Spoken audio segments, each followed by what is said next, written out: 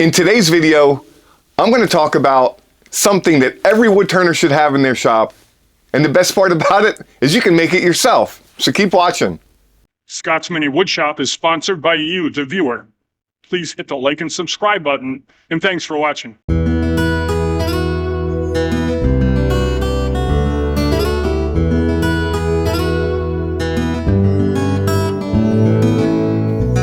Hi, I'm Scott and welcome back to my shop. In this video, I'm going to show you how I made this Woodcarvers mallet out of some scraps I had laying around the shop.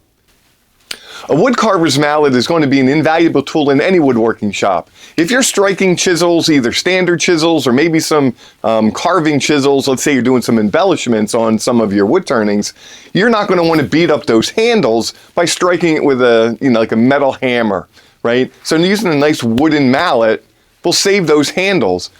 In addition, there's going to be several other uses of that mallet around your wood turning shop. And one specific instance I can think of is driving that spur center into a log, right? You really don't want to do that with a metal hammer. Having a nice wooden mallet will get that job done without damaging that spur center. So let's take a look and see how I made this nice two-piece Woodcarvers mallet out of some scrap wood.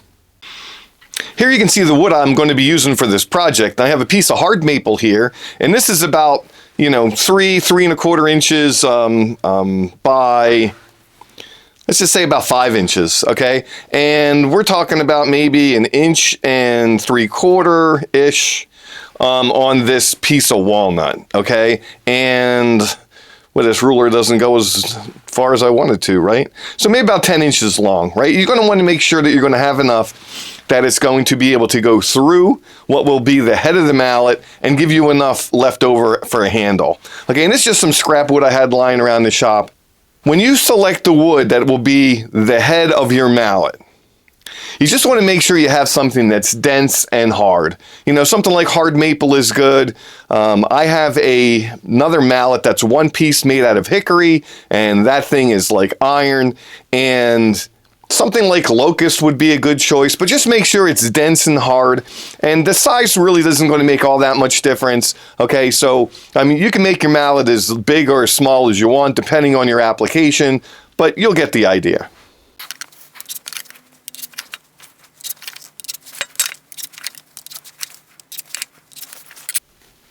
I use the center finder to locate the center. It's not perfectly square. So the center is going to be in the middle of those 4 lines I drew. So I'm just going to use a center punch and pop in a little divot into each of the centers. Okay, now I can get this up on the lathe. I have the piece of maple mounted here on the lathe, and I had some loose bark, and always check to make sure that your bark, if there is some bark on your wood, always check to make sure that it's loose. And if it is, just remove it. Okay, you definitely don't want that flying off your lathe as you're turning. So I have the piece here mounted between centers, and I am just going to true it up using a spindle roughing gouge.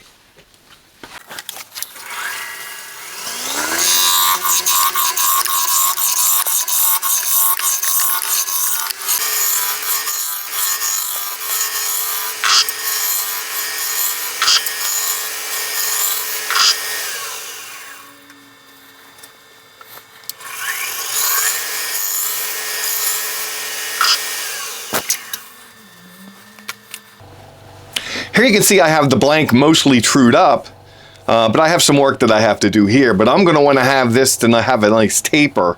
So instead of working this piece and getting it completely trued up before I start, I'm actually going to, since this is trued up here, I'm going to start my taper, and hopefully, this is about 3.25 inches across here, and hopefully by the time I get down and get this all blended out, it'll have a nice taper, and I'll be somewhere in the vicinity of maybe 3 or just under 3 inches here, and that should give me that nice taper that I'm looking for.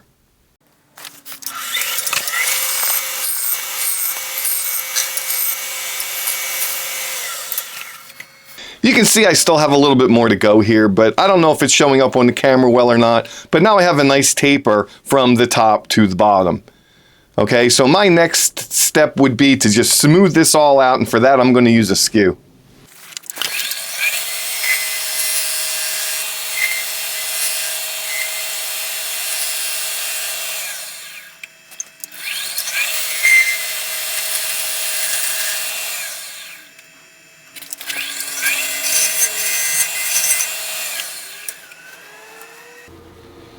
You can see that skew really did a nice job. You know, not only did it leave a really good finish, so, you know, very little sanding is going to be needed here. It really cleaned that up really nice. And it does, you know, leave a nice planed type surface, you know, where it's nice and straight and flat. Next up, I'm going to have to cut some tenons in this piece, so I'll be able to mount it on the chuck. I'm going to need to drill a hole completely through the piece to mount the handle.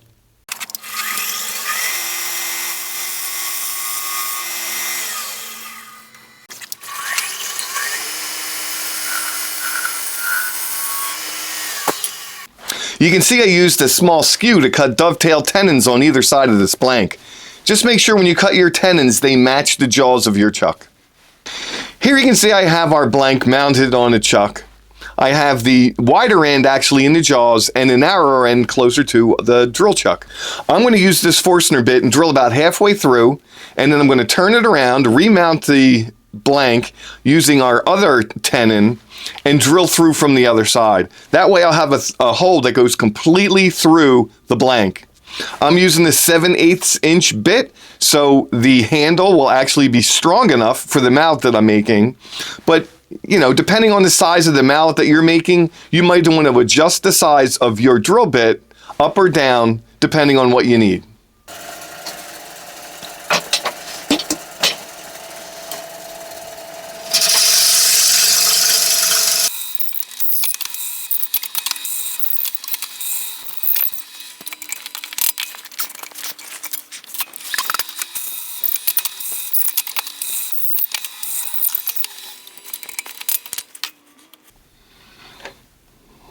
I have it back in the chuck here, and I am going to mark how long I'm going to want this to be. And I'm shooting for about 4 inches.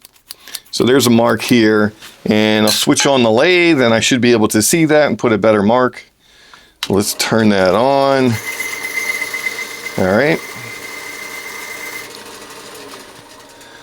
All right, so that's about how tall I'm going to want my mallet to be. So I now can turn away all this material. I no longer need this tenon anymore, so I can turn away this material and finish up the top end of this mallet.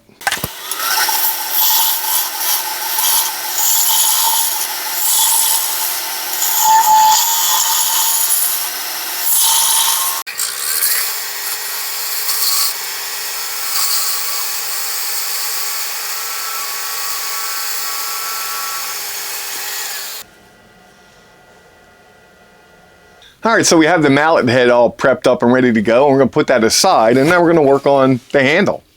I have the piece of scrap walnut mounted up on the lathe, and you can see that it's not, a regular turning blank. It is really just a piece of walnut that was split off of a larger piece. So I kind of eyeballed the center points on either end. This is a little bit wider, and eventually I'm going to hopefully turn a tenon on this end, so it'll just make my life a little bit easier when I'm shaping the part of the handle that goes into the head of the mallet.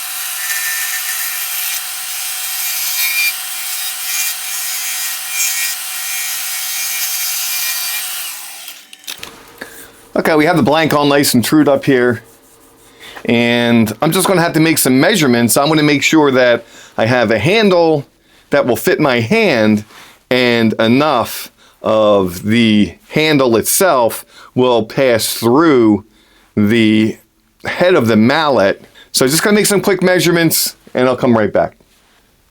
From this overhead shot, I'll show you what I basically did. So I just kind of lined up the head on the handle, and I just wanted to make sure that enough of this would stick through. So I'm going to actually cut a slot in here and put in a wedge. All right, and then I drew a line where the bottom of the mallet will be. Right next to that line at the bottom of the mallet is just going to be a transition, okay? So that's just going to give me enough room, and my handle is going to be right about here, and I just use my hand to measure because my hand is what's going to be holding it, right? But the first thing I'm going to have to do is reduce this to 7/8 of an inch so it can fit in the hole that we made in the mallet head. While this piece was between centers, I cut a very small tenon just so I could hold this end in the chuck. And it's going to make it easier for me to fit that mallet head on here while I'm turning. I set the width of my caliper using the Forstner bit that I used to drill a hole in the mallet. And now I'll be using a parting tool. And what I will do is I will actually cut several areas here where I know it'll be the right width, and then blend them all together when I'm done.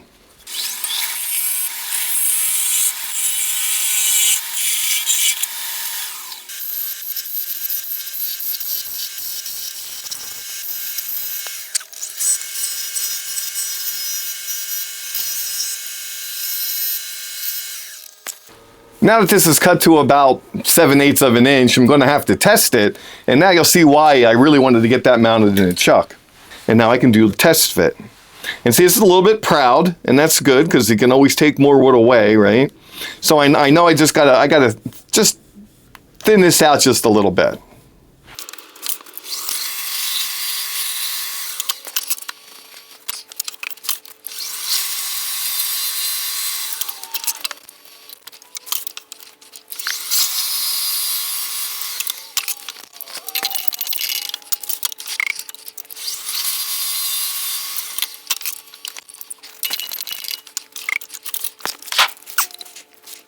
All right, you can see I've test fit that a couple times and made some adjustments. And what I'm doing is I'm actually trying to burnish the wood so I can see, you know, where it's still too wide, okay? And I'm burnished down to about here, so it fits to about here. So I'm just going to take a little bit more off of here, and hopefully this next time it'll fit fine.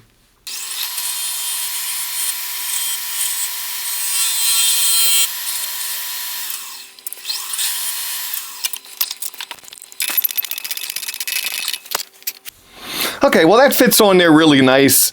And you can see I undercut this using the skew so it'll fit flat on this face, but then I also discovered I did not flatten this face, so we're gonna have to address that, okay? But for now, the handle is good, at least this part of it. It fits through the hole, enough sticks out so I'll be able to make a wedge and secure the head onto the handle. So this part done. All right, you can see here our prototype, and I have like a little bit of a bump right here, okay? And that's really, I have it narrower here, so that's where I pretty much can grab it between my thumb and my forefinger. And that way I can, you know, just tap if I need to, or if I have to, I can just grab the whole thing and give it something, you know, a good hit. All right, so that's what I'm going to do here. I find this is extremely, he'll turn it around the right way. I find this extremely comfortable, although you can shape the handle any way that you want, whatever fits your hand the best.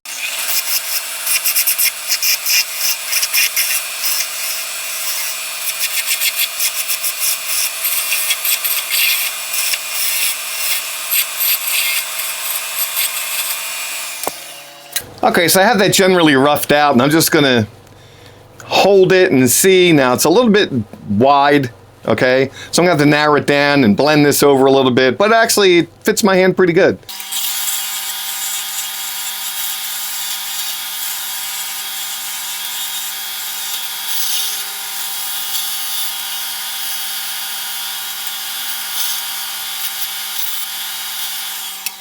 Okay, that actually fits my hand really nice. It's time for me to sand this up. Then we can address the mistake I made and get this surface all trued up so it'll fit nice and flat against the handle.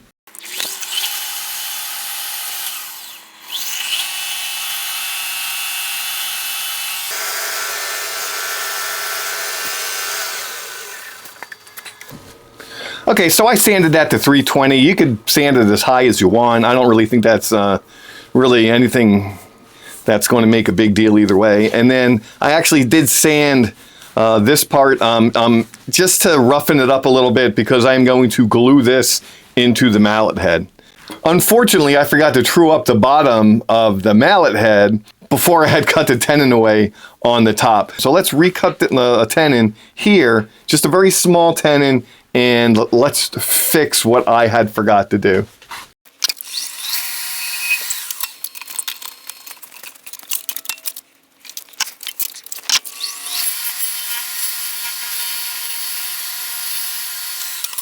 All right, so now I've trued up this bottom area, and when I put the handle on, it should fit nice and flat. You know, I had to cut a recess in that handle where it marries up to this, and I try to cut this as flat as possible, or just a slight concave, you know, just so it fits up tight. I'm going to turn this away at the end, so I'm not worrying about that now, but I'm going to have to loosen this, remount, and now turn that tenon away again. All right, so hopefully, if you're following along, you're not making the same mistake that I did, and you've done all this already, so we don't have to address this a second time.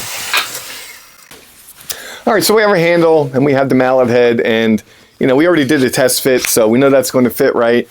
And you know, this area, since I had to go back and you know, address what I had forgot to do, now it meets up nice and nice and flush, and I have a little bit that sticks through the top, and I'm going to need to cut a slot in here for a wedge. So I'm going to kind of line the grain up as best I can to make it look right to me, and you can do it however you want.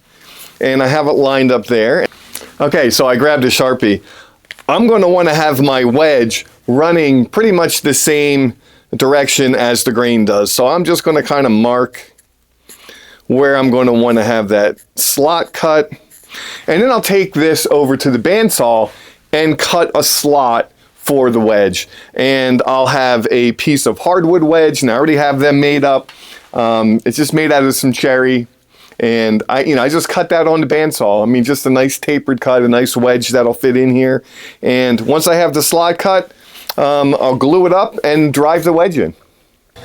Okay, so I'm doing this over a trash can in case anything spills, but I just have the handle, I got some Titebond glue, and I'm just going to run a couple beads onto the handle and spread it on out with a brush. And then I'm going to install the handle.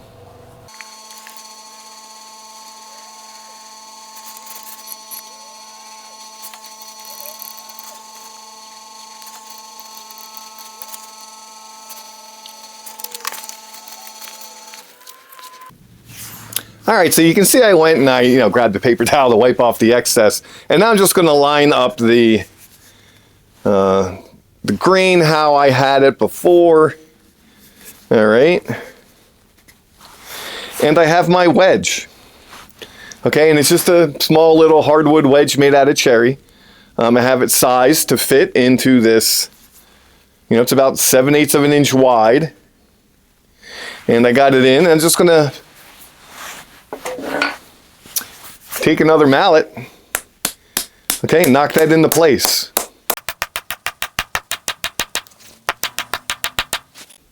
Okay, the mallet's nearly done. I sanded down the wedge on my disc sander, but there's many ways. I mean, I could have cut it off on the bandsaw, whatever, but you did see I left a little bit proud. That's because I'm going to blend it in to the mallet top before we're done. So, but I have this piece of wood. It's a scrap piece of wood, and you can see I hollowed out some of it, and I'm going to remount this piece on the lathe so I can turn away this end here and clean up this little, the bottom part of, what will be the knob end of the mallet.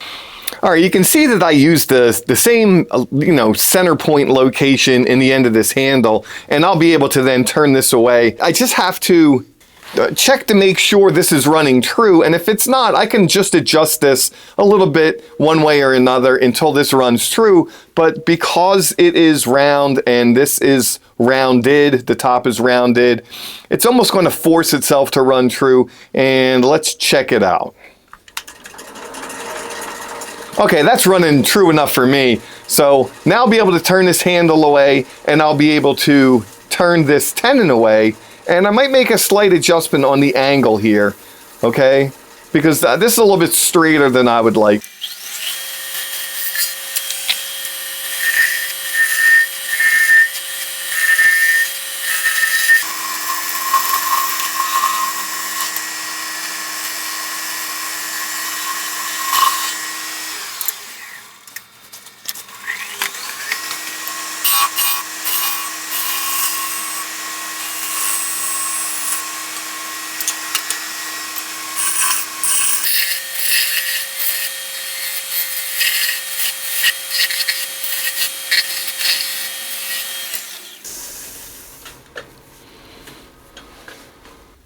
All right, here you can see I gave that a nice taper. Yeah, it looks good to me. I rounded this edge over and took away the tenon, and I also removed the tenon on this end and gave myself a little nub, right? So I got a little nub on this end, and hidden that you can't see is that little nub with the wedge on this end, and I'm going to just cut or sand all that down with a small disc sander. Here you can see I have the drill chuck on the lathe, and I just have a sanding disc on here, just Velcro, right? And with a 120 grit disc attached. And I took most of this down on my large disc sander, but I could have done it all here. It's just much more efficient on a larger machine, and the same on the other side. But now it's time to take that and blend this all in and make it all nice. So I'm going to start with 120 and work my way up to 320.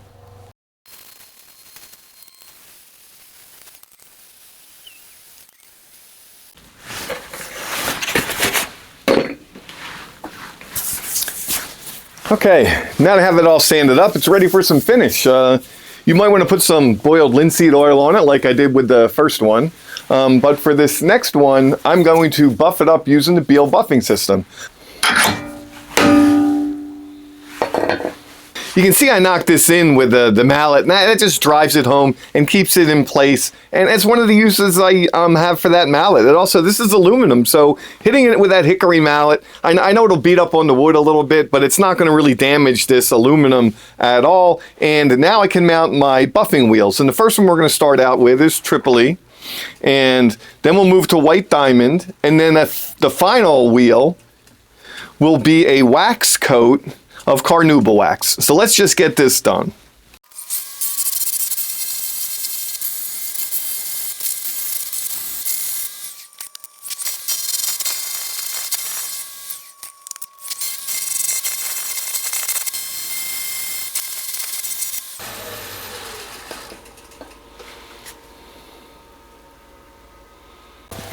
All right, so there we go, a nice mallet, made out of some hard maple and walnut scraps I had laying around the shop. That last step on the Beal buffing system melts some carnauba wax onto the wood surface. So my last step here is I just take a t-shirt and I try to buff it up, okay? It just gives a really nice feel in the hand, and up until the point where it gets patinaed, which is actually even better, right? So it's a great useful tool. You're going to probably use it almost every day, right? So you can make one for yourself, you can make a couple, you can give them away to your friends who are wood carvers, so that's just a great project to use up some of the scraps in your shop. Or if you want, you can just make a one-piece mallet, and I have that, and that's the mallet I use to, as my beater mallet. So and you might need more than one.